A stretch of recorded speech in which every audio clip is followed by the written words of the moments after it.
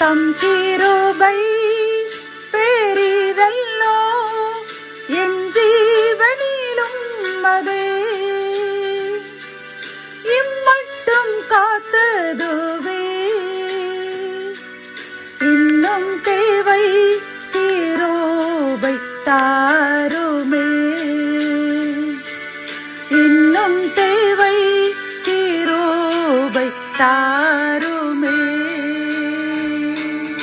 தேவனுக்கே மகிமை உண்டாவதாக. 6/1/2026 இன்று நாம் அறியவிருக்கும் கிருபையின் வார்த்தைகள் எண்ணாகமம் 24 அதிகாரம் 1 இஸ்ரவேலை ஆசீர்வதிப்பதே கர்த்தருக்கு பிரியம். கத்தோலிக்க வேதாகமம் இவ்வாறு கூறுகின்றது: இஸ்ரவேலுக்கு ஆசி கூறுவதை ஆண்டவருக்கு விருப்பம் என்கின்றது. ஆம், என் அன்பு சகோதரனே, சகோதரியே, அவருடைய ஜனமாகிய நம்மை அவர் இஸ்ரவேலர் என்று அன்போடு அழைக்கின்றார். நம்மை ஆசீர்வதிப்பதுதான் அவருக்கு பிரியம். ஆனால் நாம் அவருக்கு பிரியமற்ற காரியங்களை செய்யும் பொழுது அந்த ஆசீர்வாதம் நம்மை வந்து அடைவதற்கு தாமதமாகின்றது. ஆகவே நாம் கர்த்தருக்கு பிரியமாய் நடந்தோம் என்றால் அவர் நமக்கு தரக்கூடிய ஆசீர்வாதங்களை இரட்டிப்பாக இன்றே தர காத்திருக்கிறார் பிரியமானவர்களே.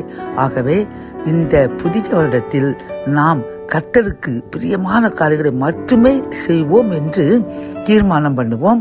அதன்படி பிரியமாய் நாம் வாழ்வோம். கர்த்தர் நம்மையும் நம் சந்ததிகளையும் ஆசீர்வதித்து அளவில்லாமல் நம்மையும் நம் சந்ததிகளையும் வர்த்திக்க பண்ணுவார். ஜெபம்.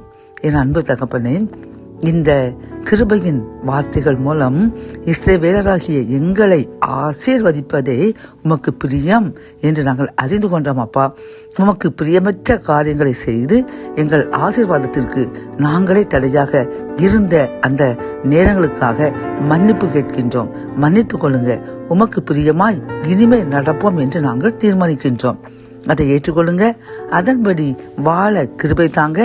எங்களையும் எங்கள் சந்ததிகளையும் ஆசீர்வதித்து உமக்கு பிரியமான பாத்திரங்களாக பயன்படுத்துங்க. மீட்பர் இயேசுவின் மூலம் ஜெபம் கேளும் அன்பு தகப்பனே. ஆமேன்.